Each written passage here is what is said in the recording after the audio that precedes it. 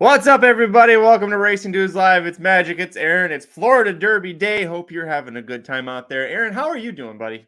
Oh, I'm doing pretty darn good. I'm excited for these two races to get going. I know the betting has been a little bit down compared to last week. That's definitely for sure. But you hope to kind of salvage the day with a couple of winners here that we're going to talk about. But it's been a weird day where I felt like, okay, some of these races close, just couldn't get it done, and some of them have just been kind of unpredictable a little bit. But still, here with a chance to make a little bit of progress here with the last two races. It's been a fun day. My goodness, started all the way at like 7 in the morning, and here we are at 5 in the evening over here in the Central Time Zone. So it's been a long one.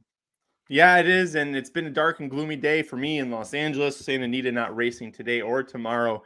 They'll be back on Thursday next week with actually a couple pair of stakes races, which should be exciting. But today, Aaron, myself, Jared, if he's able to get back in time, we'll be covering the Florida Derby. Then we've also got the Fantasy Stakes and the Arkansas Derby. So 3 really big races we get to cover on here. If you're watching here, go ahead and give us your comments, your thoughts, your betting ideas, any questions you have.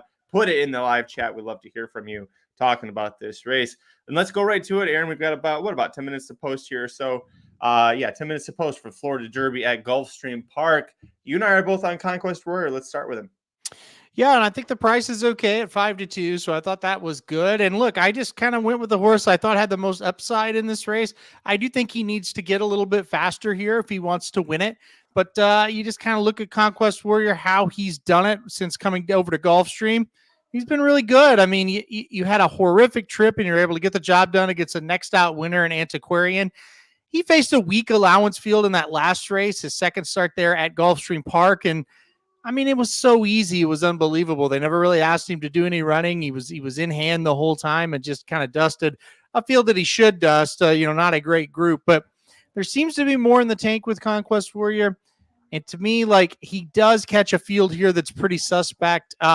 Who knows what Fierceness is going to do, but I'm pretty confident Conquest Warrior is better than the others. And then it's like, well, if Fierceness just isn't kind of what he has been or what he was at the Breeders' Cup, it just feels to me like Conquest Warrior is the best horse in here. And he is exiting, like you mentioned, an allowance win, going 1 mile and 1/8 over this course. His trainer, Shug McGahee, had said that the entire intention was to prep him for the Florida Derby in that race, just to get the distance and get that foundation into him. We want to talk about, too, his maiden win when he managed to beat Antiquarian, the next out winner. You could not have drawn up a worse trip for that horse to endure and to still show off his talent and get up for the win. Just made him that much more impressive. So nice to see him taking a shot here. He is currently 2-1, second choice. Breaking outside of him is going to be the 10 Fierceness. And I think, Aaron, correct me if I'm wrong, if Fierceness crosses over and has the lead to himself going into that first turn, we might be really in trouble for betting Conquest Warrior. Yeah, I mean, that's the thing. Fierceness can make you look really silly today, one way or another. If you back him and he runs like he ran 2 of those 4 races where he just didn't show up and got beat and never really looked like he was going to win, well, then you're going to look really silly backing him at 6-5. However, you and I and us, everybody that's against Fierceness today, if he shows up with his Breeders' Cup race, we're going to look really foolish because he's going to win by about 10 lengths, right? But to me, I just could not get there thinking he was going to get up there and run that kind of race again. And so I couldn't support him at what I knew would be a short price. But again, like, if you believe he is going to show up and rebound and run that big race, it's really a no-brainer, and you don't need a handicap anymore, because if you believe Fierceness is showing up with that top effort like the Breeders' Cup Juvenile, these other horses are going to have to improve tremendously to beat him. I just don't trust that he's going to do that. I agree with you. And the worry with him is that he is a smaller horse. You could see it in the Holy Bull stretch when he was banging heads with Hades, and Hades looks like twice the size of Fierceness there. And Fierceness had that bad trouble getting out of the gate where he kind of got squashed and dominoed around, and then was rushed up to try and use that early speed. But if he breaks cleanly, I don't expect Conquest Warrior to be super forwardly placed. The horse way outside the 11, Iris's Dream, could try to go to the front early, but you don't really know what the dirt's going to handle for that horse breaking that far outside either. Who goes with Fierceness? Let's say he breaks out of the gate cleanly enough. Who goes with him on the front end? I think Ladambro and Hades are the two horses that are going to try to go out there with him. I think the 8 scratching Seminole Chief, that does help him a little bit as far as the pace, but I do think there are 2 speed horses that have enough giddy up and go to his inside that'll make it a little bit tough for him, where he's either going to have to go pretty darn fast to cross over, or he's going to get hung 3 or 4 wide. And I think that's kind of the problem, right? And that's kind of the decision that Johnny V is going to have to make. Are we going to try to gun this horse to the lead? Are we going to try to sit him right off the speed? I guess a lot of it's going to have to do with how does Hades break, how does Ladambro break, and what do they kind of do with those 2 horses? But it's definitely a decision that has to be made. I think after the last race, I think they'll just try to send Fierceness as hard as they can, try to get him to the front and hope that he can take him gate to wire. And I think, again, I think it comes down to if you're on the Fierceness camp, if he does cross over, like you said, and he is looking comfortable on the lead, all of us that are against him are going to want to throw up, right? Because we're going to be like, oh, boy, we really kind of overthought this. But if he looks like he did the last time, or he's throwing his head and he's not comfortable, then all the people that have backed Fierceness are going to want to throw up. He's a very polarizing horse. And we're all kind of like, well, we're just going to take him and hope he runs well, or, well, let's spread our money around and see what happens with Conquest Warrior or Hades, or if you're going to go a real long shot. So that's kind of what it is right now. He's 2 for 2, right? I mean, he's 2 and 2, meaning 2 really good races and 2 really poor races. I want to talk about the number 5, Real Macho. If you're watching the track feed, he's coming on the screen right now with Javier Castellano back aboard for Rowan Crichton. And the horse, the last time he raced without blinkers, Castellano was aboard. He got off, told Crichton add the blinkers, and Crichton credited that move for why the horse won next out. Did not run well in the Holy Bull in a race where I thought that he didn't have any excuse to run worse than second. So I at the time, before we had the 100 scratches in that race there, and I was on the Real Macho train, I thought he could have a real solid chance to upset that field if Dornoch didn't show up. And Dornoch kind of showed up, but I just couldn't find an excuse for Real Macho.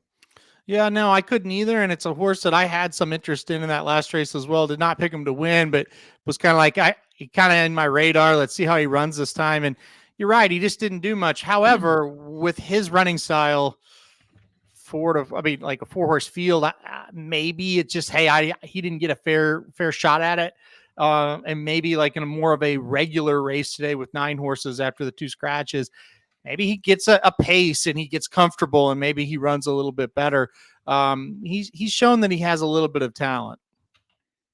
But the talent that we saw, at least in the last race, I think is not going to be anything that gets the job done here. This is, I think, a tougher field than what he saw with 4 horses in Dornoch. So not too much there. Truth Exposed says Hades is going to be tough to beat. And I agree, the Hades that showed up last time, if he takes a step forward, he's got a great draw on like Fierceness, Aaron. I think he's dangerous. I just don't want to touch him at 5-2 here. Yeah, you said everything that I think I'm feeling with him. I mean, you look at the inside draw, you look at he's getting better and speed, rail, it's there for him. I agree, but 5-2 is a tough price to swallow down on him. And listen, I think the biggest thing is I'm not going to be shocked at all if Hades wins this race, because he just makes a lot of sense. But I just feel like if somebody's closing strongly, I think they'll get him. Okay. So, and how I mean by that is if Hades wins this race, I think it's just because the horses behind him just weren't quite good enough, more so than, wow, Hades had a dominant effort. Now, after the race, that opinion could obviously change as we watch it unfold, and maybe he runs away from him. But I think he's going to be there with a chance to win. And I do think he will let a horse like Conquest Warrior or somebody else that might be moving good from the back to catch him. I think he'll leave those horses in the race.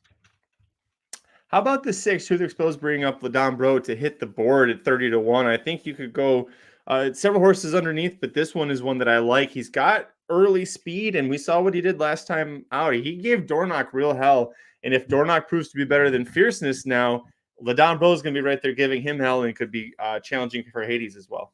Yeah, I mean, somebody's got to hit the board is how I felt like last time Ladon Bro was in. And I feel the same here, because let's think about this real seriously for a second.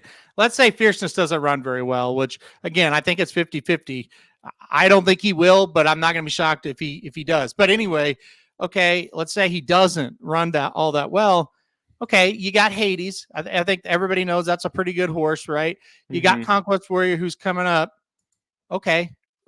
Who else? Who does Ladon Bro have to beat after those two if Conquest Warrior if Fierceness doesn't run well, right? Like he probably is better than those horses. So I kind of tend to agree he can hit the board, but I think if you said, hey, I think Grand Mill First can hit the board, okay, I think Frankie's Empire can hit the board, okay, somebody has to if Fierceness doesn't show up. Someone else bringing up the 7 Catalytic. Bill Derby saying $5 to win on the 7. Hey, 31-1. You're going to get some nice returns on that one.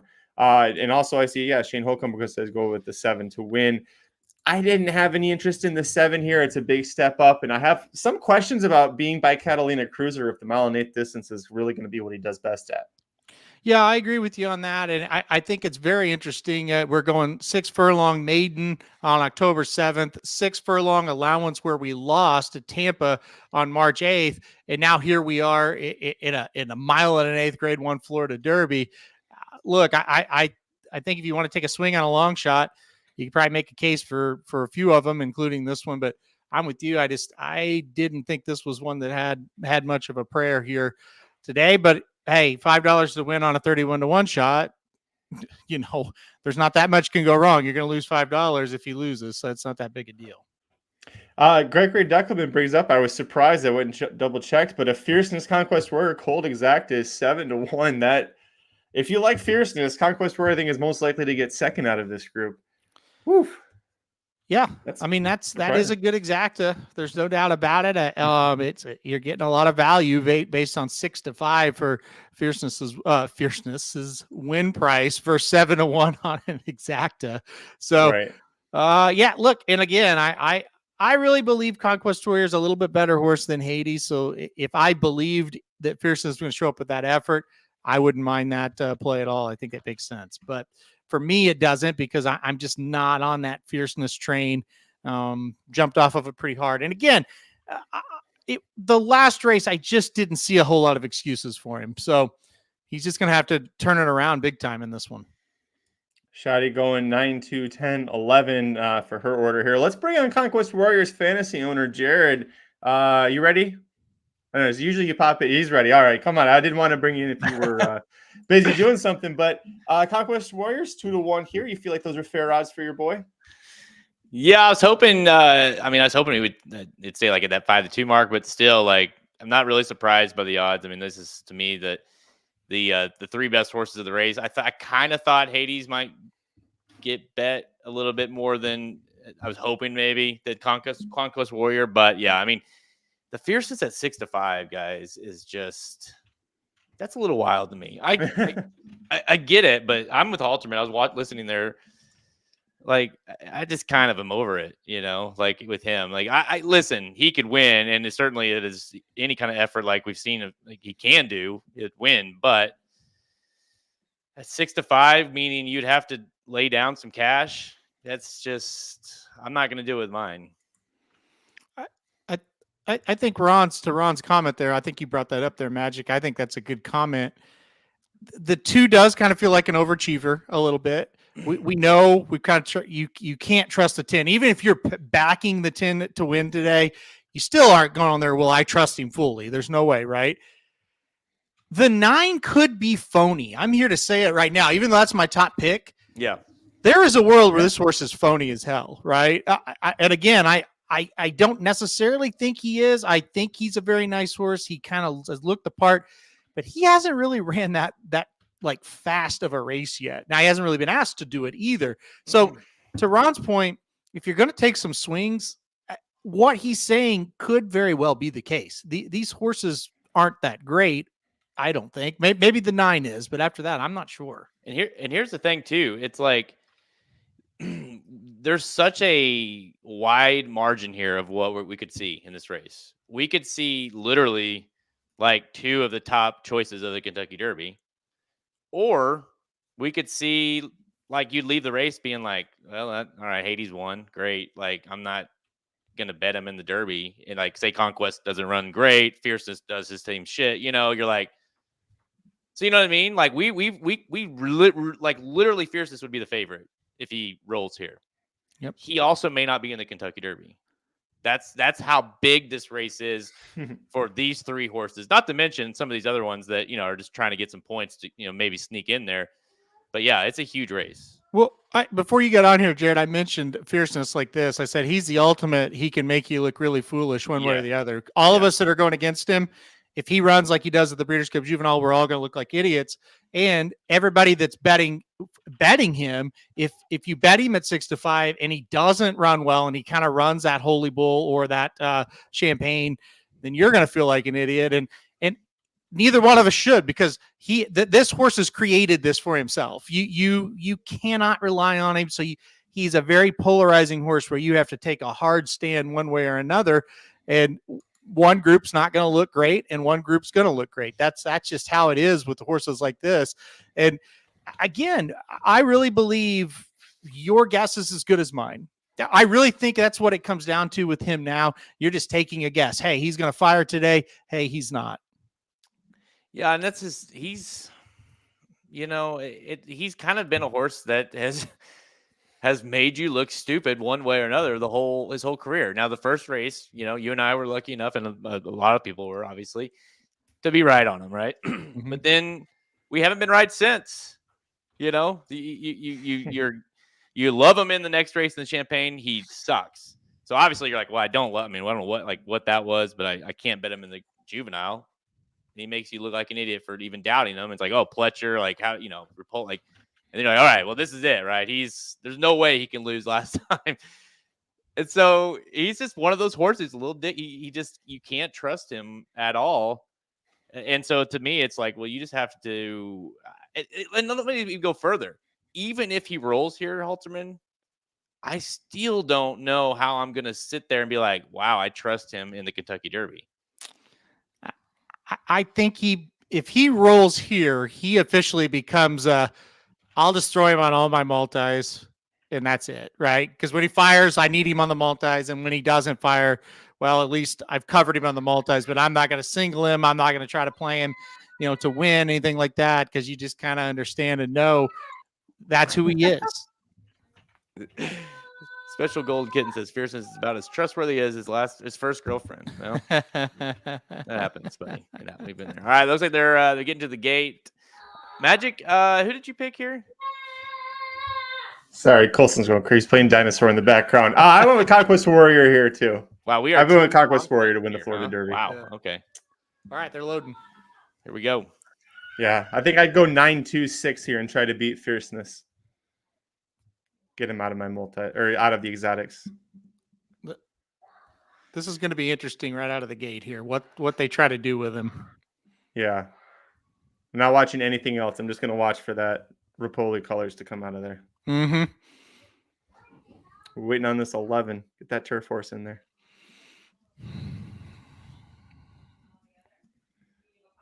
There they go. Ooh. Well, he got out okay, but they're not going to let him have it easy. Grand Mo the first going with them too. Surprised by that a little bit. We're just gonna. Now they're going to let him just go. Don't let him go. Don't let him go like that. All right. Got pounded down to even money. Woof. He's very comfortable. Yes, he is. They just they kind of let him have it there a little bit. especially Yep. drawn from the 10. I can't believe Hades isn't up there a little bit more forwardly placed. Maybe he's Yeah. I don't know what happened. I have to watch it back. Yeah, and you got Conquest him and Hades right there, kind of by each other. Yeah, you wouldn't have drawn it up like Hades that. had- That's for sure. I mean, He- if one thing I know for sure, if Fierceness doesn't win from here, we can officially kind of end it with him. Yeah, Because this is I mean, you couldn't have drawn this up any better for this horse. So let's see what he has and what he can do. Everybody's under fire to go get Jose him. is like working the rail here on the 9, but I don't. Yeah, No. he's might gone. be a little phony. He looks. Fierceness is going to romp. Yeah. Here we go. They haven't asked Fierceness to do anything. Look at this. Look at this. I guess that's what happens when you don't ask him to do anything. No this one, is amazing. No one challenges him. I love it. Under wraps, geared down, doing exactly what we thought he should have done all along. That was an unbelievable performance. He won the Florida Derby by 10 at least. At least. Wow. 148 and 1 the final time. Holy smokes. He was cooking. Amazing. Yeah. You got second. I mean, the 7 was second, right? I think Yeah, so. Catalytic was second. Yeah. I mean, let's be honest. That was a god-awful race past him. He was awesome. Fierceness was amazing, but the rest of that group was not good whatsoever. Wow.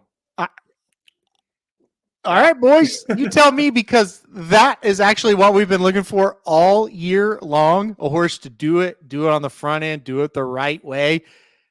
I mean, that race in Louisville will win the Kentucky Derby easily. Yep.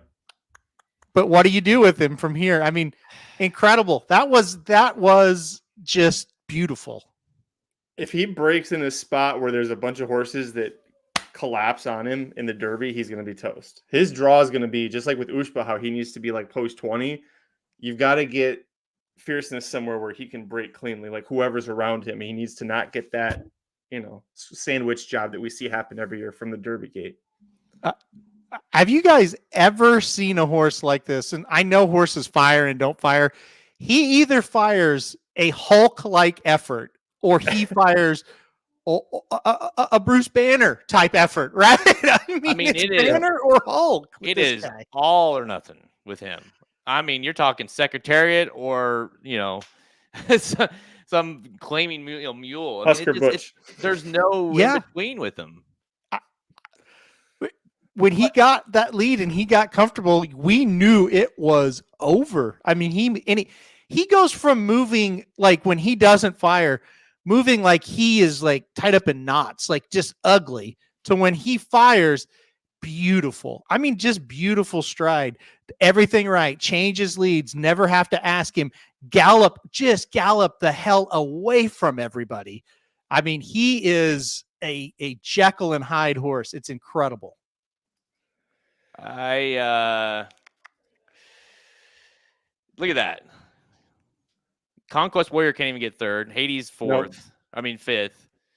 That's neither of those horses are making the Derby. It's kind of not been exactly a banging up day for us on the Bible, Halterman. No. But yeah, he even saved ground too. Watching that trip. Look at this. Like Conquest Warrior has every right. I mean, he's got the 4 beat. I don't know. I really don't know what you do with the rest of that group there. I don't think it matters. No. The 7's going to the Kentucky Derby because he got the points, and then after that, nobody else is. And I think a key factor too that makes it, that brings that home, that what you said is like, let's not forget the horse that put him away in that race. He just beat by 20. Yeah. Okay. Hades, Hades put him away fairly easily last time out, and he just beat him by 20. So that, and yes, I get it, there was a layoff, but you cannot sit there and tell me the layoff had 20 links difference. Yes, last time versus this time. It's impossible. So just to bring it home, it's like the same race essentially. the same horse, and he did that. So it's like that in a nutshell is why he is so hard to figure out. I honestly, guys, I'm kind of tongue tied at the moment because I don't know what to say or do for the Derby. Yes, like what we've been doing every week, Halterman. We've like this last week it was Chasing Freedom. He's the top right now. It most definitely is Fierceness. I mean, Forever Young was maybe on top of it earlier. Now it's Fierceness, but I don't know, guys. I don't know how to. Because like Magic said, all it's going to take with that horse is one bump, one hiccup, one horse coming in on him or whatever, and he's done. If you pick Fierceness in the Kentucky Derby and he doesn't fire, he's going to run 20th. You're going to pick the 20th horse. Like that. That's just the fact. And I'm not saying that's what he's going to do. I'm saying if he doesn't fire, your horse will be the 20th horse that crosses the wire. But look, we talk about Forever Young for like an hour on our chats. If Fierceness runs that race, Forever Young and all the rest of them so far, at least we've seen, they're not in that zip code. They're not. Okay. When he fires, he runs races that are way better than the rest of the crop. Okay. He's never ran 2 in a row. So I don't know. And here's the deal. We know the trainer. We know like the connections, not so much. We don't text Todd Pletcher, but we know people that work for Pletcher, right? They never know either what this horse is going to do. They said, hey, he was training great and he ran like crap the last time. And then they go, well, he's training good again, but we don't know. And then he does that. So they're guessing like everybody else is guessing with this horse. I mean, that was, and essentially I'd say that's what they're going to do for the Kentucky Derby too, because they did that for the Breeders' Cup. They did. I mean, they obviously know, like, we obviously know the talent. Like, I don't think there's any close horse in this crop from a talent perspective. Nope. At least that can run, right? Mm-hmm. Not even close. Like, I'm talking multiple links better than anyone else we've seen. Problem is, like you said, Halterman, he's also a little heartless at times. And if he doesn't get the lead or doesn't have something go his way, then, like, that's the one thing about it. You either play him to win or you just toss him out. If you're playing exactas, you key him on top or you just don't use him. Like he's either he's win or he's all in or all out. That does make there is some silver lining there with using him in the Derby. But well, say he draws the 16 hole and the horses to his outside have no speed. What's to say he can't do exactly what he did just there? There's not any like true like speed in the race, so he might be able to get that trip. Not like Magic said, if he draws like the 6, well, he may be screwed, but. I don't know. I mean, that's incredible. He never even saw another horse today, guys. He just got in front of him and never saw another one again. I mean, that was awesome. Well, I think it's safe to say if Timberlake doesn't do well in the next race, I have the worst fantasy team of all time. I don't know what, honestly, though, if you're talking about Hades, let's just, I guess, Hades and Conquest Warrior, the 2 other kind of short prices of the race. It's Shug, so that he's probably going to go completely off of him in some regard, or maybe we see him at the aim towards Belmont or something. What about Hades? What do you think they'd try to do with Hades? How many points is Hades? He's right on. Well, I guess how many did he get? He had 20, and then he gets 10. No, he gets 5 for this. He's gonna have to come in off the also eligible. He's on the outside looking in. With that connection, they're gonna try. But yeah, he's on the outside right now for sure. Yeah, because then you also have those 2. I can't even tell you who they were. Horses that finished 2nd and 3rd that just stole points, and are going to bump out some people as well. So, well, look, the bottom line on this was we sat here. If you go back and watch the Holy Bull, we were like, that was terrible. Hades isn't any good. Like those horses that beat him aren't any good. They weren't. They really weren't, but they were good enough on that day. And so now here we are. This is going to get wild, boys. Well, it's turning over to Oaklawn Park now. We've got the fantasy stakes here in 2 minutes, and that is a Kentucky Oaks prep race. We don't have a wet paint this year. It was just running roughshod through the Oaklawn Park Oaks Trail. But Aaron, where'd you go on top in this race? Yeah, this is going to be interesting. I really like my main squeeze. I put my main squeeze on top in this one. I think it's going to be a horse that I think's getting ready to run the best race today. You kind of look at the last three efforts; they've been very good, but they've been against New York breds. I think today we see this horse run even better. Seems just to be progressing really well. I really like that Flavian Pratt got aboard as well. I don't know. I just think this is a horse that's getting better, getting ready to run a big one. I think we'll really kind of relish the distance here as well. Jared, what about you? Where'd you go in this Kentucky Oaks prep race? Jared's gone, so he didn't go anywhere. Oh, never mind. Sorry, you can tell I didn't have the that open. I was watching the screen here. Well, all right, I'll go with mine then. I did like your horse, but the odds are a little bit worrisome. I know she's beaten up on New York breds pretty well, but I'm going to go with the 12 Torpedo Anna for Kenny McPeak. I think the scratches help her out a bit here, and she won her first two career starts. She got second in the Goldenrod, makes her seasonal debut here. I think that she's got the talent to be better than most of these fillies, if not all of them. So I like her, though she is getting bet. Let's talk about the 9 Candy Isle for Todd Fincher. She broke my heart not winning the Remington Park Oaks that day because I had a really solid cold pick 3 going, and she just missed winning by a neck there. I don't think she's going to win, but at 20-1, I think she's worth a bet if you're doing your exactas trifectas to play her underneath. Yeah, I like this horse a little bit as well. I kind of looked at that one for a bit and just end of the day didn't want to put her on top. But I think underneath, you're right. I think the horse makes a ton of sense here as well. And listen, I think your old friend West Omaha, that's a horse that got kind of a poor trip last time out. Maybe she kind of turns the tables a little bit today as far as just running a better race, firing a little bit bigger of a race. Well, it is interesting that Tyler Gaffleone's out here at Oaklawn Park this weekend instead of being at Gulfstream for the Florida Derby Day, but he's here for liberal arts in the Arkansas Derby, which we'll cover next. But he's also on West Omaha, and I like the move on her. She broke my heart too badly last time out.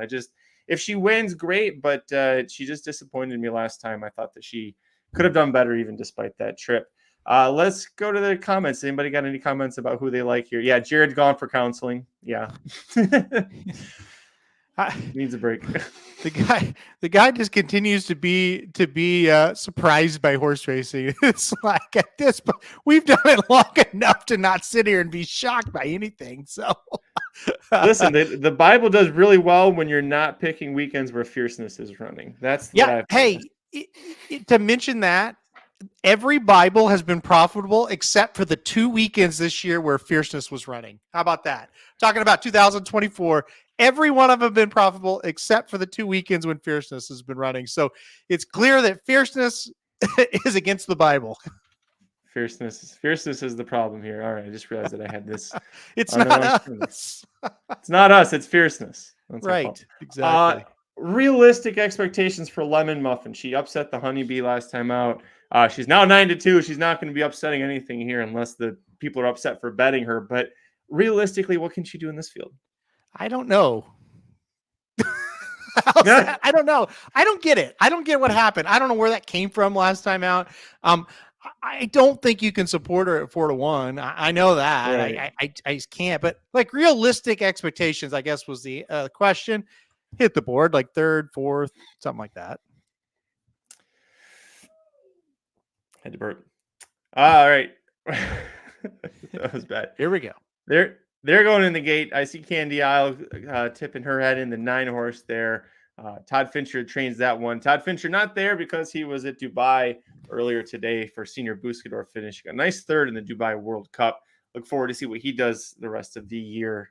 Love to see him back in the Whitney Stakes. I think that'd be a good spot for him at Saratoga. See that old boy there. Or maybe Cornhusker Breeders' Cup Classic is a proven winning track. So maybe he'll do that one, Aaron. Okay. I hear you. That's an option. Just trying to kill time. They take forever to load these horses. Oh, I know. They really do. But I think we only got one left, the 12 Torpedo Anna for McPeak. And some of these McPeak horses today at Oaklawn have ran off the screen. So we'll see Maybe if this one will do the same.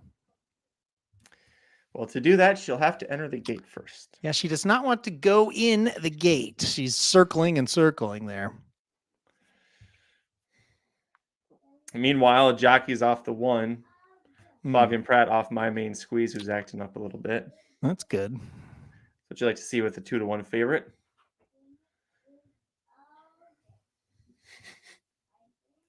All right, Pratt's down. On. Yeah, back on. Still can't get this 12 to play ball. Let's get behind her and shove her in there. I mean, come on. Like, how many times are we going to let her do this? She just wants her running start. Here we go. Here we go. There we go. All right. Torpedo Anna finally in the gate for the fantasy stakes prep. Well, almost. She's almost there. Now the Outrider's coming back to make sure she doesn't jump out. She's in. They're off. Boy, that was a wicked one there. But hey, she is Torpedo Anna's going to be out quickly. She go to the lead here with the 7-horse recharge for Steve Asmussen. The 9 Candy Isle, she is staying up there as part of the mix too. Lots of prices up there on the front end with Torpedo Anna. Yeah, it's going to be interesting here. This is a wide open race to begin with, and it looks like they're going fairly fast up front. We haven't got the first fraction yet, but it looks like it. Yeah, definitely fast. 23-2, and it's because you have the 7, 9, and 12 horse who are all on the outside trying to break and get over. So they were able to do that. You see Lemon Muffin at the rear there with my main squeeze, so 2 of the shorter prices there. The 8 West Omaha, you can see the Pink Silks in the middle of the pack. Started to bunch up a little bit as they go back down. Seems like the 7 probably slowed down a little bit from the quarter to the half. Yep, she did. Yeah, 47-4. So she slowed it way down. 24.5 seconds there. Got a nice little breather. My main squeeze still in last. How you feeling about her? Yeah, not great. Not great at all. They're not going fast enough for her to be in last. She doesn't seem to want to do much yet. So we'll see, though. Oaklawn has had some horses coming from the clouds all day today. She's starting to pick up her feet a bit. We'll see what happens here. They're bunching up. You did have Flavian Pratt winding up on her. Brian Hernandez looks so confident on Torpedo Anna there. She takes the lead off the turn.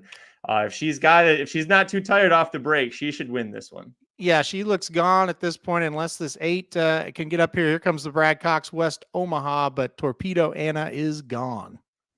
And it looks like nothing really from my main squeeze. She got gearing up in the turn and just completely flattened out. Torpedo Anna wins by open lengths with West Omaha clear second. And then Tap It generally gets up for third. I didn't see Lemon Muffin, but I know she wasn't top 3. Yeah, Lemon Muffin, probably you could just say big time fluke last time, in that race for the maiden to win the Honeybee. But look, Torpedo Anna been kind of back and forth, but my goodness, Kenny McPeak on Arkansas Derby Day, he is just absolutely dominating today. She did come home. She slowed down a bit once she got on the lead, but everybody else was a lot slower than she was, so that worked out well in her favor. So we've seen this race now, the Fantasy Stakes. We saw the Gulfstream Park Oaks earlier today with Power Squeeze with a really nice rally to get up for the win. Where do you see everybody in the Kentucky Oaks picture? Who's your top choice right now? That's a tough one. I think Tarifa has still been the most impressive to me, so I will say her. But I thought this race from Torpedo Anna was really good.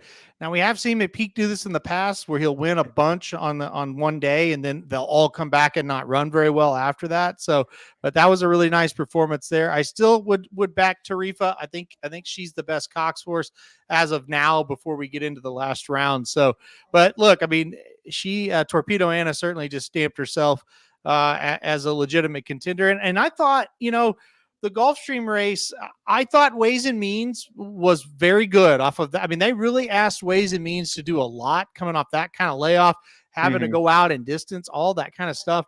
That's tough. But I thought she ran well, but I think Power Squeeze also ran very well. It's not like Ways and Means like just totally hit the brake. She galloped away from some of those other ones, but Power Squeeze was still able to go get them. Yeah. Yeah, I agree. Great performances today. I'm with you on Tarifa, but we'll watch out for next week, the Ashland Stakes for Impel. We'll see what kind of explosiveness she has. I understand why she went to the Ashland because it's a lot more money, but the Fantasy Stakes feels like a race that she would have done well in. But tell us what you think in the comments or in the chat. We'd love to hear from you, your thoughts on the Fantasy Stakes. And with that, Aaron, we've got quite a while to go still toward the the Arkansas Derby. It'll be the next one here, but we got 37 minutes to cover on that one. Let's talk about Dubai. What do you think first of Forever Young in the UAE Derby? Well, I liked him. I thought he was solid. He's one of those horses that gets a ton of hype, and while he always runs well, you never exit one of his races going, okay, he really was awesome. Like that was amazing, type of talk, right? It's just kind of more of like, yep, he did what he had to do. Yep, he did what he had to do. I thought he was way more professional today than he was over at Saudi, and Saudi's such a weird place. I didn't take a whole lot from it. My big judgment was going to come from the race today. And look, he did exactly what he was supposed to do. He changed leads. He was a little bit more forwardly placed today. He never really looked like he was going to lose that race at any time, similar to Fierceness, only he didn't win by 100 lengths, like Fierceness did. But yeah. Look, I mean, I think you said it perfectly this morning. If you're a Forever Young fan, you're still happy. And if you're not a Forever Young fan, you're either going to kind of make up things to hate him for, or you're kind of going, well, he might be a little bit better than what I thought. Yeah. Shadi loved Forever Young, so she had to absolutely like what she saw. Yeah, like I told you earlier, the lead change thing for me, seeing him do it spot on was the most important thing for me. What he did there, I would have liked to see him beat that other horse by more than what he did, but I also know that at least one sharp handicapper on the team, Dr. Miranda, was big on Autobahn to do well in that race, and that is the horse that got second to Forever Young. Do we have special guest and Forever Young's fan club president from the Discord?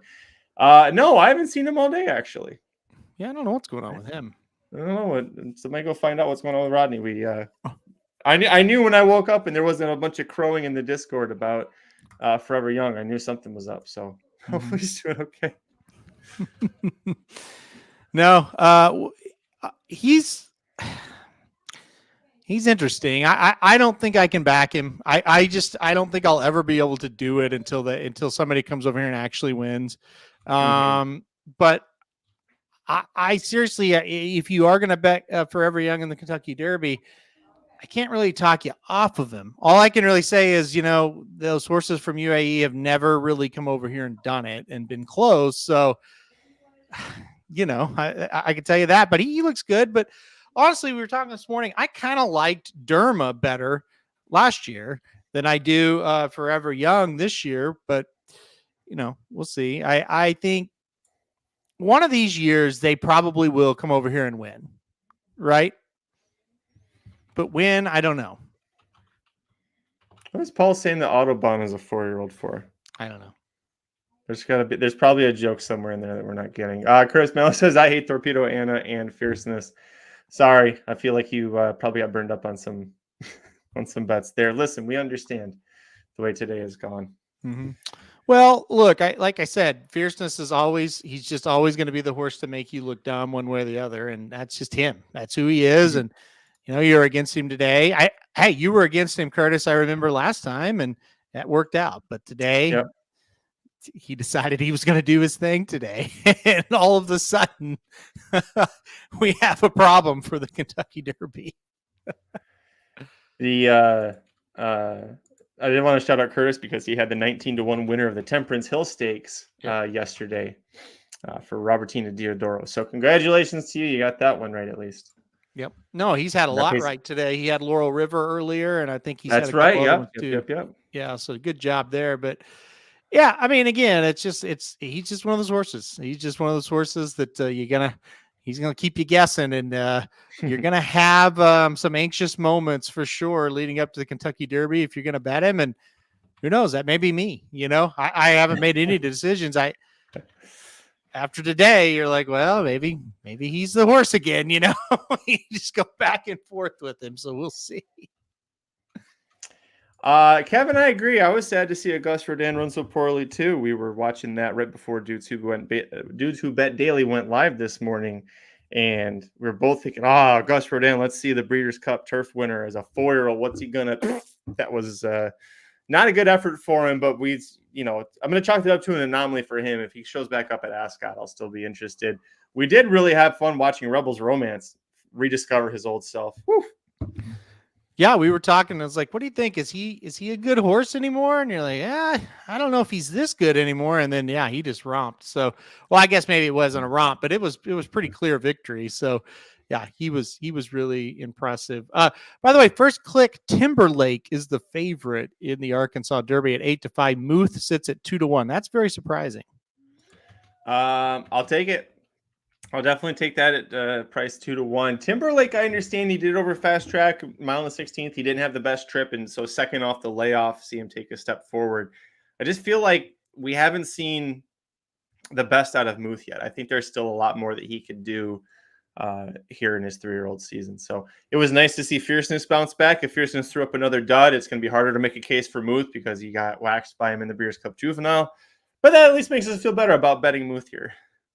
Well, you think about the Breeders' Cup Juvenile this year compared to most years, or it's kind of a mixed bag. Some years it does come back strong, but this year, the winner, Fierceness, now has come back strong, right? The second place horse, Muth, did come back to win his first race out as a 3-year-old, and then Timberlake came back to win the Rebel. So that's 3 of the top 4 finishers, and of course, the third place finisher, we'll probably never see locked, at least not for a while. So the Breeders' Cup Juvenile was a very strong race this year. So, you know, but you got Timberlake and Muth coming out of it. So by that, you would think one of them is going to win, this race. So I think a couple things, like Kenny McPeak winning all these races, and then he's got Mystic Dan in this spot.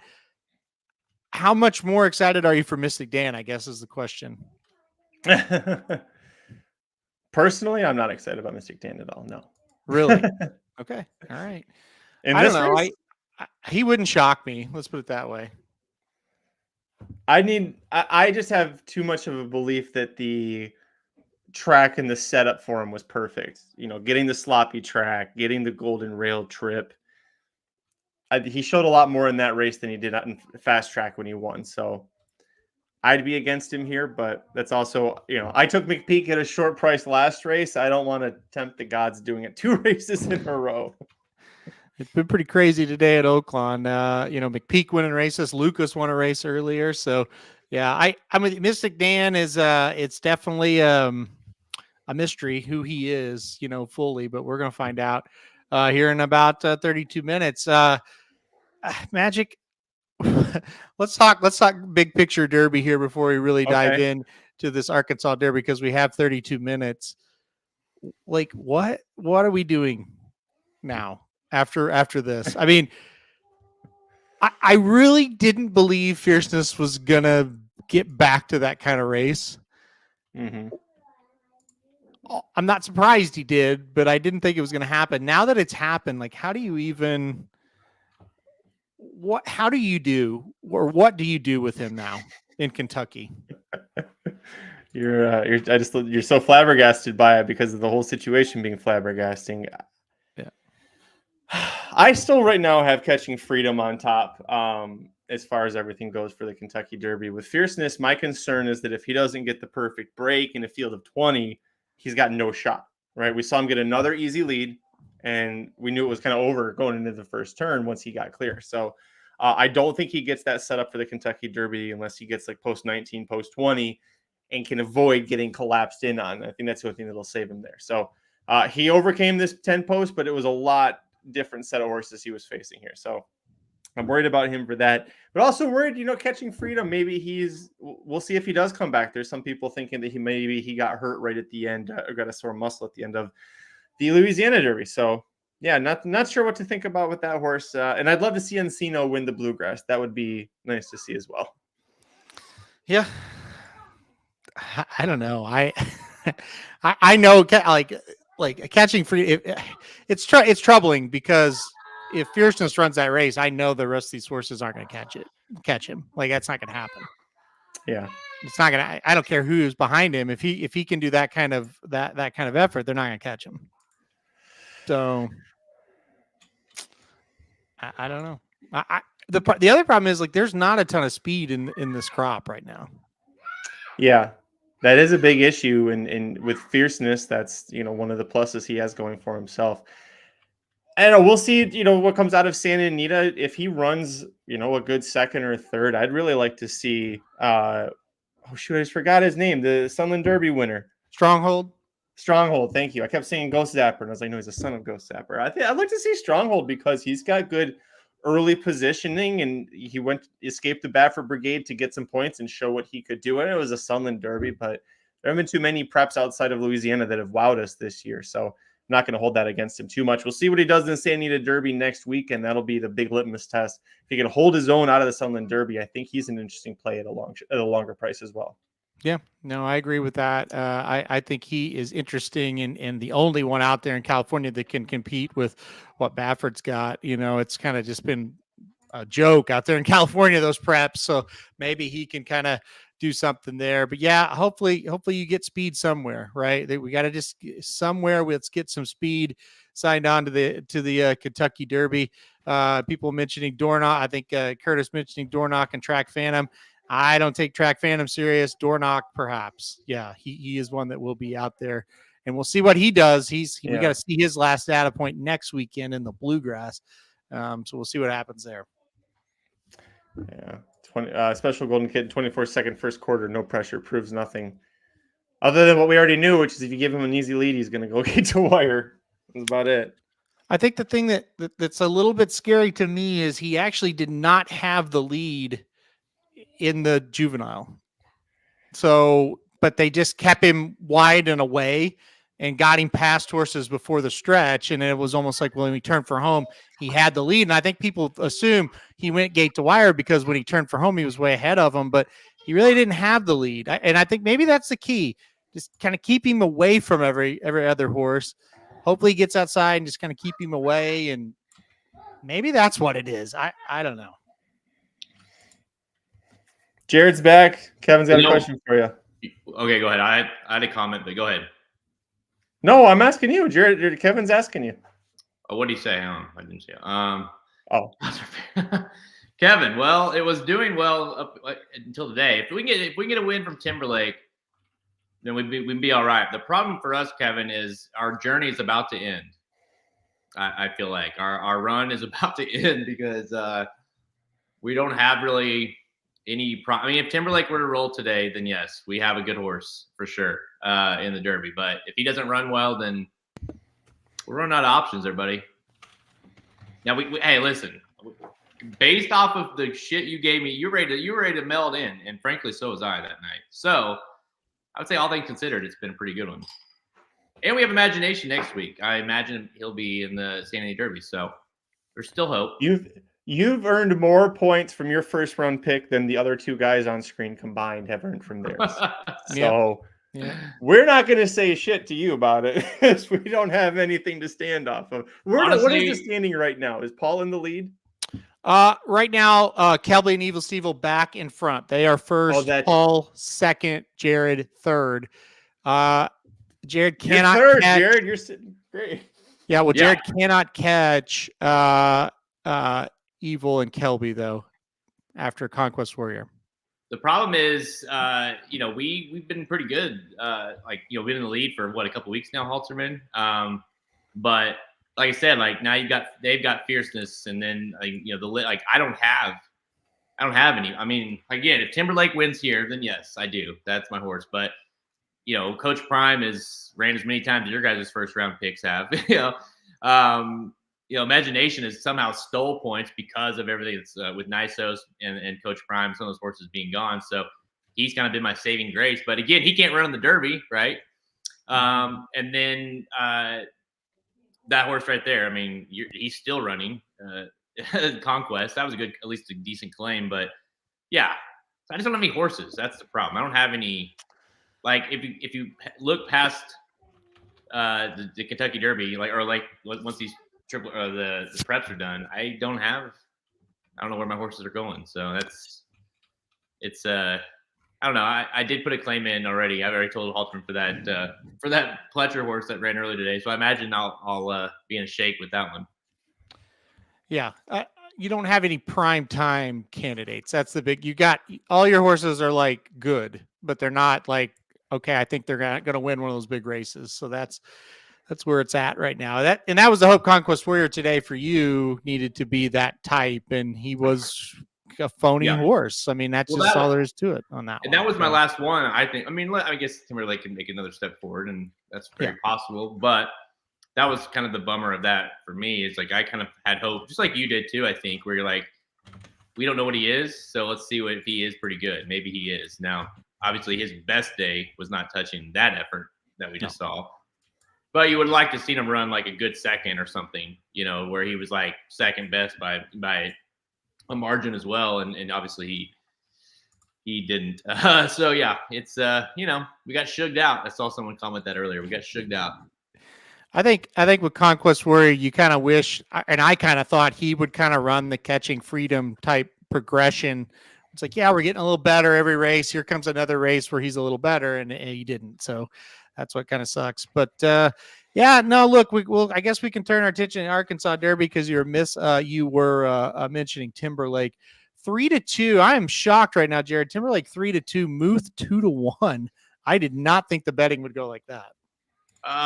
Yeah, I didn't, you know, I didn't to a certain extent. I didn't think it'd be this dramatic. Although I did, you know, the other day, whenever I was going through the betting Bible, which I apologize to everybody because last week was awesome and this week's not been great. But I was kind of telling you, I was like, listen, I kind of was on Timberlake, but then I thought maybe the opportunity here for Muth is going to be there, right? And as far as value goes, and I didn't think it would be this dramatic, but that's a little concerning, right? If you're a Muth, you typically is that. What do you think it is? Is it concerning, or is it more of a flatter for Timberlake? Because anytime Bob Baffert brings a horse into the Arkansas Derby, you take notice, and obviously he basically owns Oaklawn when he brings a horse in. I don't know. I thought that was interesting. I think it's interesting that he's not being bet harder. Maybe they'll change, and we still have some time left. But yeah, that's interesting for sure. Yeah, I know it doesn't make sense compared to the other Bob Baffert horses that he's brought in over the years. They usually kind of do get bet hard. It could be a little bit of what Shotty's saying. He has brought only 2 this year to Oaklawn, and neither one of them have ran very well. But neither one of them are multiple Grade 1 winners, you know, or multiple graded stakes winners, I should say. So there's that too, right? I mean, and look, to me, this is why Baffert's here. Yeah, he brought in Bonacqua. Well, shit, that horse has been a hanger. We've seen that firsthand, Magic. So, you know, to compare her to Muth, I'm not sure that's a great idea. She never should have lost to Corposo. That was not a very flattering result. Yeah, that was not a good. I don't know. I don't know, Halterman. I think that you would like to see. I think from a Derby standpoint, obviously, what you'd like to see here is Timberlake roll, right? Because it gives you another. Because if Muth does it, you're just like, obviously, we cash our bets, but that's a lost cause at this point. But you're like, oh, great, Muth won. Okay, like, you know, I guess Stephen the Preakness. Whereas Timberlake, it's like, okay, that is at least a threat. You know, I don't know how good of a threat, but at least he is a horse. Like you want to see, I'd like to see a horse that actually can run in there, or Mystic Dan even though that would, Mystic Dan might be worse than Fierceness as far as what do you do? Because if he were to run that race again and roll, I mean, is McPeak going to be like 5-1 in the Kentucky Derby? Yeah. Yes, that's the answer. If Mystic Dan does that, yes, he will be. Big if for sure. Yeah. Now listen, I think as far as the Kentucky Derby goes, give us any of these horses other than Muth, because at least you'd have a winner that's going to go on to the Derby. And I think if Muth wins, you sit there and go, well, that's great, but I guess we'll see him in the Preakness, and he's just stole 100 points from somebody that wants to go to the Derby, so that wouldn't be great. But yeah, I Mystic Dan, he's a polarizing horse as well. I don't know. I don't think he's as good as that last race, but I mean, we're certainly going to find out. He's going to have every opportunity. I think it's going to set up pretty similar for him. Doesn't have the sloppy track, obviously, today, but I mean, he's going to have pace. He's going to sit a pretty good trip, I think. We'll just see if he's able to fire. My replacement showed up, so I'll step away. My replacement's going to show up here, and there's Dr. Miranda. Go ahead. Hey. Hey. Good All stuff. right. What did Matt? Okay, first of all, why the Christmas tree is still up? It's an Easter tree. Oh boy. Yeah. It has an Easter bunny on it. Well, I'm sure your daughter likes that at least. So Yeah. So is that the plan? Just change it to different things all year?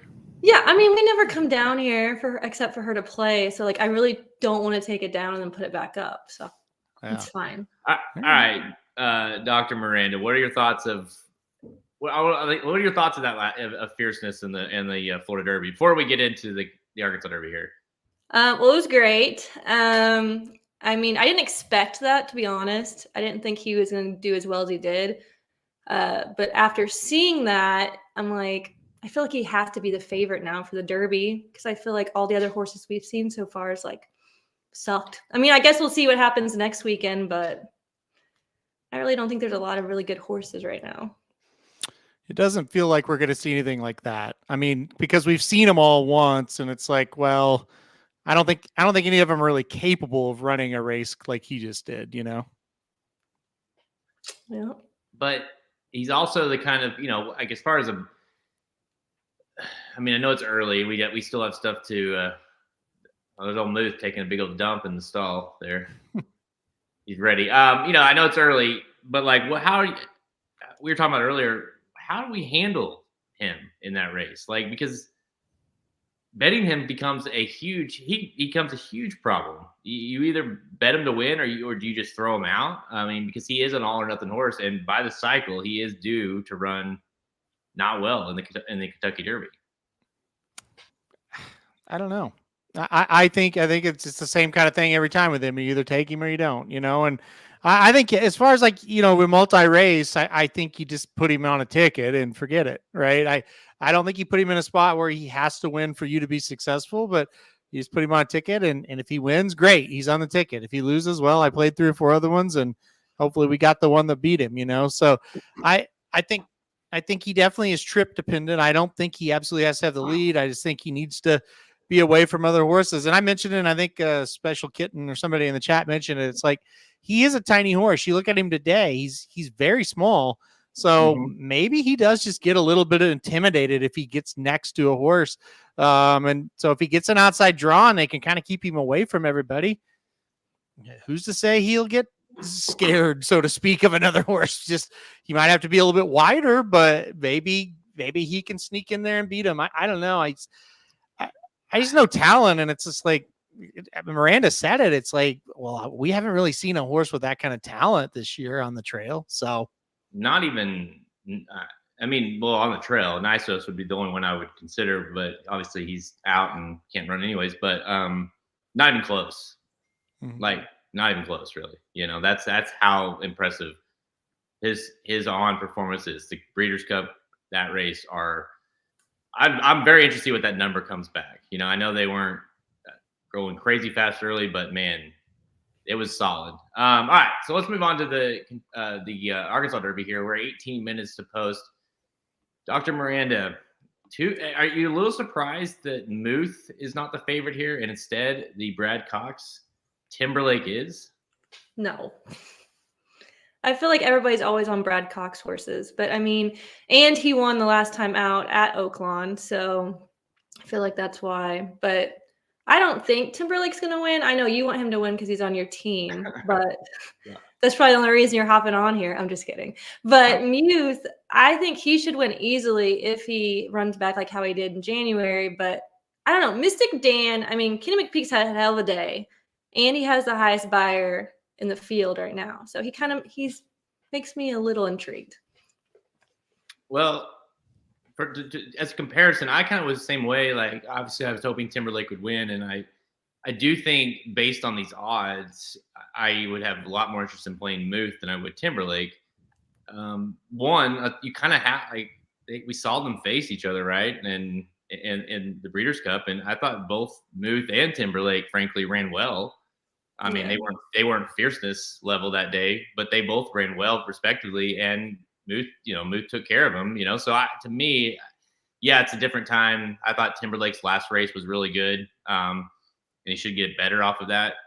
But the value here on Muth, I'm a little surprised, Halterman. We're sitting here at 2-1 on him. Yeah, I'm still surprised as well that the odds are this different. They're starting to kind of get back to where they're 8-5, 2-1 now instead of 7-5. So they're starting to kind of get more evened up. But I did think Muth would be a slight favorite over Timberlake. I thought they'd be close. I thought it'd be like 8-5, 7-5, something like that. So look, I'm kind of with you guys. I like Timberlake, but I don't think he's great, right? And I just feel like if he wins this race, we're kind of going to sit here afterwards and go, boy, that really wasn't that good, right? I think he's like a good measuring stick type. He's good enough to where it's like, okay, if you beat him, you did something. But if he beats you, you're probably not elite. And I think that's with Muth. I mean, to me, it just kind of feels like they brought this horse in for this purpose of this isn't a prep for him. This isn't anything for him. It's like this is a $1.5 million grade 1 race, and we brought the horse that's doing the best in our barn right now to come to Oaklawn and win. I say that this year with Baffert horses because Baffert knows what's at Santa Anita. He knows his B horse, his C horse, his D horse. His Z horse can win the Santa Anita Derby next week. He's not having to save anybody, even though he does have a couple that are very good for that race as well. I truly believe this year in this spot, Baffert saw what was at Oaklawn and said, okay, I got to take a good horse there because I can win this one with my horses that aren't that great. I think he sent the horse that's doing the best. And whether that's good enough to beat Timberlake, we're going to find out in 12 minutes for sure. But I certainly think Baffert's best horse in the barn at this current moment can beat Timberlake. I just feel like Timberlake really hasn't beat anybody yet. Right. Like when he did face like Fierceness and Muth and Locked, he finished 8 lengths behind him. Like I don't know. We'll see. Yeah, he certainly hasn't really. I mean, even in the grade 1 that he won the Champagne, funny that the horse that he demolished, right? He demolished Fierceness, and Fierceness is going to be the Derby. Like, don't even get me started, but like he did beat him, I guess. But then is he frozen for you as well? Okay. Yeah. We'll take him off until he's back there. He's frozen in time. I think what he was saying is, he looks high. Yeah, I know. I think he is high. I think what Jared was trying to say is, yes, he did beat Timberlake did beat Fierceness, but that's one of those races where Fierceness didn't run. You almost in the 2 races where Fierceness didn't run, it doesn't really matter that you beat him. A lot of horses could beat him, I guess, is what he was getting ready to say there. So I'm with you, Doc. I don't think Timberlake has beaten anybody of any value. No, I mean, after the last race, when we watched it together at Oaklawn, we both looked at each other and was like, cool. Like, who did he really beat? Like, we did. She's not wrong. Like, we kind of were like, well, he won. He did what we kind of thought he might do against that terrible field, but we did all kind of look at each other like that wasn't special, that wasn't even great. So yeah, you're not wrong. I mean, and like you said, you know the class of Muth, right? This is a horse. If he fires his best race, you have to be pretty good to beat him. Do you have the Pratt Daddy angle to go with on Timberlake? That caught my attention for sure, that Pratt was going to be here to ride Timberlake right after win the Louisiana Derby. So I understand if you want to play Timberlake off of that. When Pratt the hired gun comes in for Brad Cox, he's usually pretty tough. Vincent says Nysos was supposed to be here, but he missed a little training, so they switched to Muth. That's not correct. Nysos was supposed to be in the San Felipe, and he never would have gone from the San Felipe here. He would have gone San Felipe, Santa Anita Derby with that extra week built in there. I think Muth, one of the plan was kind of for Muth to go here after the San Vicente from what we had heard. So, well, Muth was supposed to go to the Rebel as well, and then something happened with him where he didn't go, and that's what kind of threw the race that Miranda and I were at into like a weird, oh my gosh, look at this race. It's Timberlake, and who are these horses? Let's go. I can't remember where this horse broke the maiden, and this one hasn't broke his maiden. That's why we don't remember, that kind of race. So yeah, I mean, I don't know what to do. I don't know what the story is with Muth and what happened last time. Or the last time when he was supposed to come to the Rebel. They said it was a workout and something like that, but I don't know. I'm not sure what happened. Here's a good question for you, Aaron. If Timberlake wins today, which Cox horse does Pratt pick? Does he pick Timberlake or does he pick Catching Freedom? That's a great question. I think I think Catching Freedom. I think Catching Freedom is a better horse than Timberlake, but at the same breath, if Timberlake wins this one, it means he got better, and maybe I don't know. But right now, as we sit here, I definitely would take Catching Freedom if I was Pratt. Thank God I'm not Pratt, by the way, because I wouldn't want to be that short, and I wouldn't want to ride horses for a living. I'd like to have his money though. That'd be nice. Doc, what about you? Which Cox horse? Because we know you love the Cox horses in general. Which one would you want Flavien Prat to be on? I think he would take Catching Freedom over because he's been on him. I mean, this is his first time on Timberlake, so that's what I would guess. Dude, my computer froze up completely, and then a bunch of Chinese text came up on the screen. So that's good. That's good. Last time you joined us from your laptop, you left the room and it just ended the feed. I'm pretty sure. So I'm glad that didn't happen this time. I might need a new laptop for the old dudes here.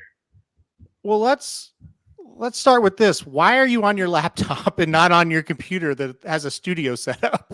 Well, because I thought I could see the TV here, and I was gonna like interact with the actually watching it. I don't know. I thought I was trying something different. So okay, I am wrong. Okay, but we have a 27-inch monitor on our big computers. I know, okay. but we also have this laptop. I mean, what are we going to do if this? Next week we're going to be in Lexington. I don't know. You're just going to have to deal with it. I don't know.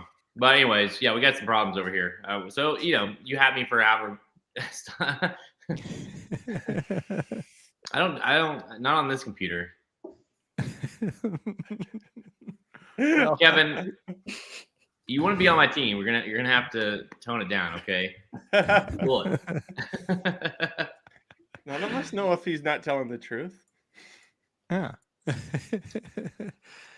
Oh man, I've seen people like Will Take It a little bit here. The maiden, he's on the screen right now. Is why I brought it up. So I don't know about that, but no, I don't think that you have you hear Ed Milligan Jr. and you think Arkansas Derby winner, but no.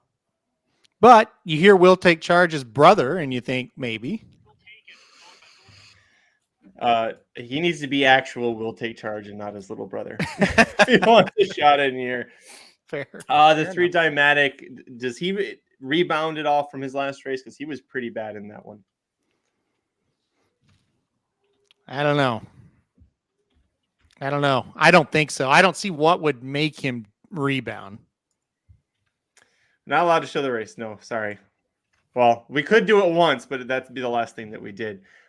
Jared, you have a good price horse? And he's gone again. Miranda, do you have a good price horse underneath? Look, I was going to say, because someone asked about who's going to be the pace setter here. And I think that the number 4 may be the pace setter. And if you want a long shot, I would go for maybe the 4 and see what Ron Moquette can do. You never know. Well, I think this horse is improving, right? I don't know if the horse can get the distance, but I do think like you said, I think we'll be out in front. Maybe just hangs on. Mm-hmm. I don't think that's a horrible idea. I think that's very possible. Yeah, I could see it. I think, Just Steel, as Alex mentions, that's the one that's you always kind of be like, yeah, could be around, could be around with a chance as well. So, I think it's going to be interesting to see though. Listen, I thought Magic, we were live, I think, when Time for Truth ran last time and stretched out and probably mid to maybe upper stretch. I was like, oh man, he looks really good. He did look to me like he kind of flattened out a little bit, but maybe he gets an easy lead today and relaxes and stretches out okay. You would think theoretically too he would have a little bit more fitness coming off of that race, right? Going to a mile and an eighth now. He was going 6 furlongs, and then went a mile and the 16th. So yeah, no, I get it. I think Time for Truth is a good a good horse if you want to use him underneath. With Bayerano aboard, I'd expect a really strong ride from that horse. I like the Liberal Arts better when he's 15-1 morning line. I feel like maybe I shouldn't have expected that, but Tyler Gaffleone is here to ride this horse. He was aboard him for his second career start when he finished second to Edified, who wasn't too bad at that point in time. This horse won the Street Sense. It was in the slop. Didn't have as much success in the Southwest last time out, but second off the layoff and a son of Arrogate, he should love this 1 1/8 distance. Dr. Miranda, did you consider Liberal Arts anywhere? No. Oh, wow. A knife to Shoddy's heart right there. No. I'm in last place in her contest, though, so don't listen to anything I have to say today. Well, I was going to say, you're still mad at, you still blame Shoddy for you not being the first female to participate in the fantasy league. I don't. No. I do not blame Shoddy. Right. I blame the person above me. It is my fault. Yeah. But this is why I didn't let you in, because you're mean. You say things like this. That's not mean. I just said no. She's honest. Yeah.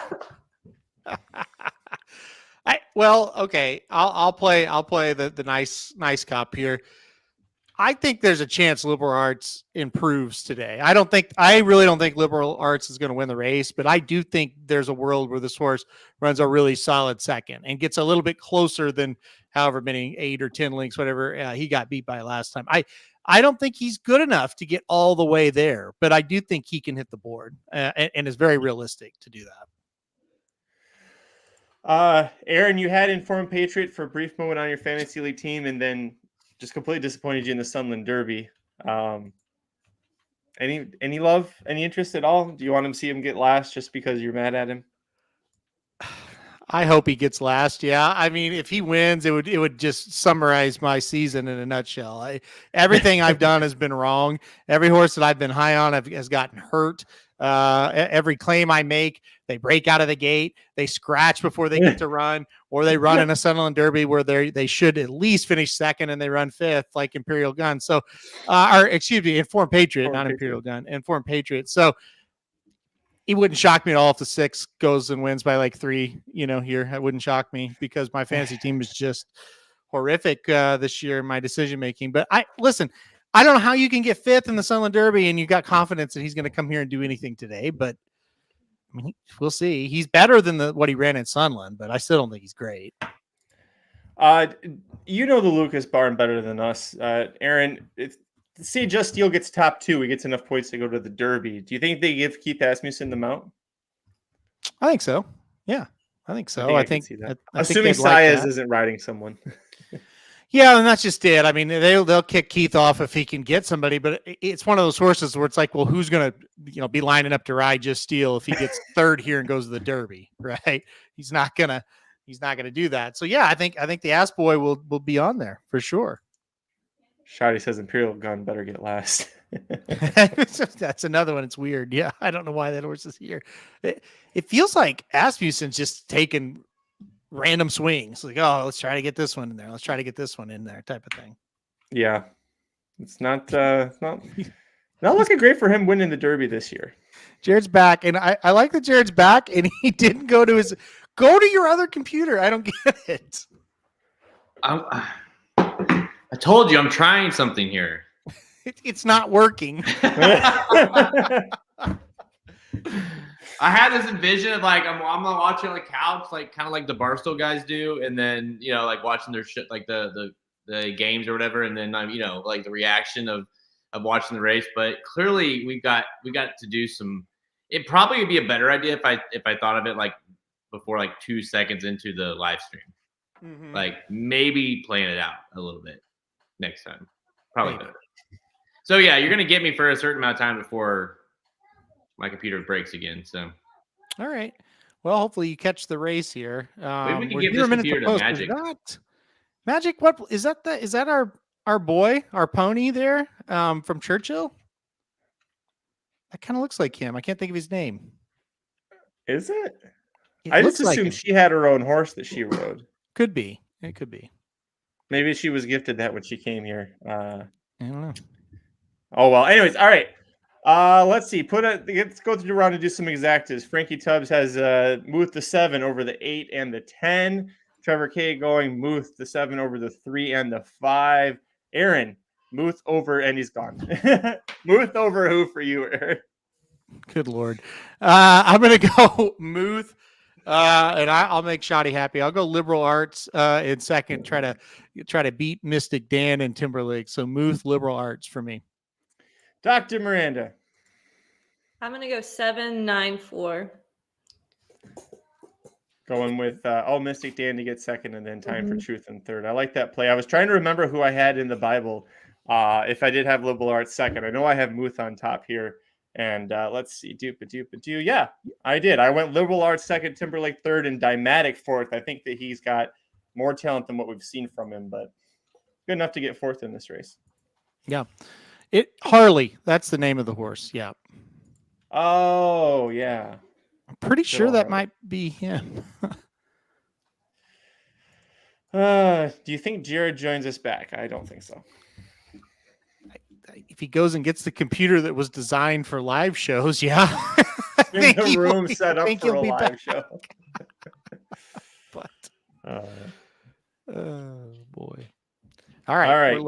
Going to the gate for the Arkansas Derby. It looks like 8-5 favoritism on Timberlake is going to be what we get unless something really wild happens. The 7 Muth is second choice at 2-1. Mystic Dan at 3-1. So all graded stakes winners this year, your top favorites in here. Liberal Arts is bet down to 6-1.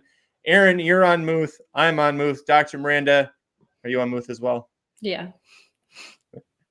Pretty boring, but listen, if we can get 2-1 on him and he wins, I'm going to be very happy about that. He's not the favorite. He's not. No, there's nothing wrong with that. Yeah, that's he's a very playable price. So if he wins, he wins. If not, well, what are you going to do? There's Liberal Arts, and we're just waiting on the 10 make his way into the gate. Imperial Gun. Nice to hear Matt Dinnerman's voice at Oaklawn Park as well. They're off. Pretty fine beginning overall. Nobody's rushing too hard. 4 is going to have it. Muth sitting up very nicely as well. Gotta love where Muth is sitting, Aaron. Yeah, no, I mean that's where you draw it up, where you kind of have it, and it's interesting. You thought Miranda and I both thought Time for Truth to be ahead, and he is, but Muth is right there with him. Just Steal out a little bit wide, but up close. Timberlake sitting just inside of them, and now he's going to go split between the 4 and Muth, and wow, 23-2 was not fast enough for Timberlake. He said, I'm going. So are we gonna get into a speed duel? Is that what we're doing here? JJ Hernandez just looked over and was like, I'm gonna tap on the brakes here. You go do something stupid. Well, possibly stupid. We'll see if it works. That was very unexpected. There's no doubt. And it didn't look to me like Timberlake was really pulling. Sorry. No, it's all right. It didn't look to me like he was really pulling that hard. It's just that Flavian, he had some horse and decided to just go between the runners. Maybe he wanted to make sure that Muth wasn't going to get an easier time up front. I mean, to me, Muth has done absolutely perfect, and he looks... He's going to start to pull away a little bit, see if Timberlake stays put. Just Steal was making a move for a second, but I don't know if he's going to be able to sustain that. Mystic Dan's gearing up with the big run to me, from the back as well. Muth is going to win this by like 8, the way he's running and the way they've kept him wide. And yep. Now let's see if he finishes the race here. He's kind of hanging a bit, but now he's got it easy. Easy win. Watch out for Just Steal. Is he going to get up for a second? Get up there, Just Steal. Coach is going to the Derby, and hopefully Keith is going as well. That's a cool story. Keith Asmussen rode him perfectly, I thought. Great ride. He did. Yeah, you did a great job. Great. Give Keith credit there. He's got it. Hey, Keith has got a Oaks mount that's going to be about 100-1, and then he's got a Derby mount who's going to be about 100-1. But he's got one for each race. He's got one on each day. Yeah, good for him. I did love the quote where D. Wayne Lucas was asked about giving Keith Asmussen this mount and trusting him with Lemon Muffin. He said, "I love the kid. He's too tall. Wish I could cut a foot off of him, but otherwise, like that's." I mean, he is tall for a jockey. It's like that's the compliment you get from D. Wayne Lucas. But all right, let's talk about Muth and the fact that also Mystic Dan got up to just nail Timberlake. So Mystic Dan finishes 3rd. Timberlake fades back to 4th. Aaron, is from what we've seen in horses that are currently in training, is Muth the best 3-year-old right now? Well, I mean, he's the most consistent. I think the most talented 3-year-old is Fierceness, but he's not consistent. Muth does this every time. I mean, that's the thing that I really, really love about him. Every race, he shows up and he does that every time. Yeah. Maybe when a horse freaks, he can't beat him, but he's going to make you beat him. You got to be really good to beat him. And today, I don't know what Timberlake was trying to do, but Muth just sat right there and just took a shit all over him, basically, in the top of the stretch. And you kind of felt like the whole race here, guys, it was over, right? So that's a really nice win to kind of salvage a very up and down day at Gulfstream to get Muth there's nice, very nice. Listen, the Breeders' Cup Juvenile just keeps coming back as the strongest race ever. Like, that's what we've been saying all year, right? No, I'm kidding. I thought it was great from Muth. Dr. Miranda, what did you think about Muth here? No, I thought he did great. I think we had great racing today, even though, he can't go to the Derby, but at least it was exciting instead of just, donkeys going across the finish line. Not all of them were donkeys. I guess last thoughts on this. Is this your Preakness favorite, your early Preakness pick right now, Aaron? Well, I mean, right now, maybe, but you don't know what's going to happen in the Derby and stuff like that. But look, I mean, I think now, and we're going to know the San Diego Derby as well. You're going to get another data point for the Preakness. He's the total opposite of fierceness. He doesn't have the nutty talent, but you know exactly what you're going to get from Muth. I know every time he's in the gate, I can rely on him. And so that's worth a lot. For a gambler, that's worth more than, hey, I'm going to run 100 buyer one day and a 60 the next, right? So I've grown to really love that horse. I thought he did everything perfect. And honestly, he'd probably be my Derby pick if he was going. So sure, early Preakness pick, sure. To wrap things up, is this your Derby pick right now? Or who is your Derby pick right now? I know it can't be Muth. I don't have a clue. Tune in Monday. Aaron's going to have to put together a new top 5 video, and he's got to put somebody at 1. We'll find out who that is. Dr. Amanda, who's your Derby horse right now? I would like to see next weekend's racing first, but if I had to pick someone right now, I'd pick Fierceness. Going Fierceness. The way you ran today, you almost have to. I mean, as much as you don't want to, you almost have to. Sorry. All right. I'll take Catching Freedom. And Jared, who's your Derby pick right now? Yeah, before my computer breaks again. Listen, what the fuck was Timberlake doing? Like, what in the actual fuck was that? That was awful. Muth, good. He looked awesome. I mean, Muth just shit all over him. That was awesome. But it's like, what are you doing? Like, and I think it was very clear that it was a horse, right? That was the horse trying to, he had lost control of the horse and he wanted to go. So that was just a joke. But Fierceness would be mine, and I don't like it, but I think you have to at this point. I'm still gonna try and beat him with Catching Freedom. That's that's still my Derby pick, but we'll see. Hopefully he's not injured and he's able to make the gate. But boy, Muth pulling an authentic there, trying to. Yeah, Muth does not want those flowers at all. No. He is kicking and screaming. Tell us what you thought in the comment section or in the chat. Thank you, everybody, for joining us. Thank you, Jared, for coming back 6 or 7 different times. So appreciate that. Dr. Miranda, thanks for joining us as well. And let's see, Easter's tomorrow. So what is the next tree going to be? Derby. It's going to be a Derby tree. Derby tree. Okay. Well, tune in over at youtube.com/racing dudes. Subscribe to the channel. You'll get Dr. Miranda's weekly picks. You'll also get all of our picks and previews and more discussion for the Kentucky Derby Trail. For Jared, for Aaron, for Dr. Miranda, Vinny Blonde, Mike Somich, I've been Magic. Thank you so much for joining us. Good luck with the rest of your bets. We'll see you guys next time. I sat through all of that for that? 28 minutes. F*** you. Whoever booked that, and I think I know who it might have been, a hearty f*** you. What a goddamn f***ing waste of time.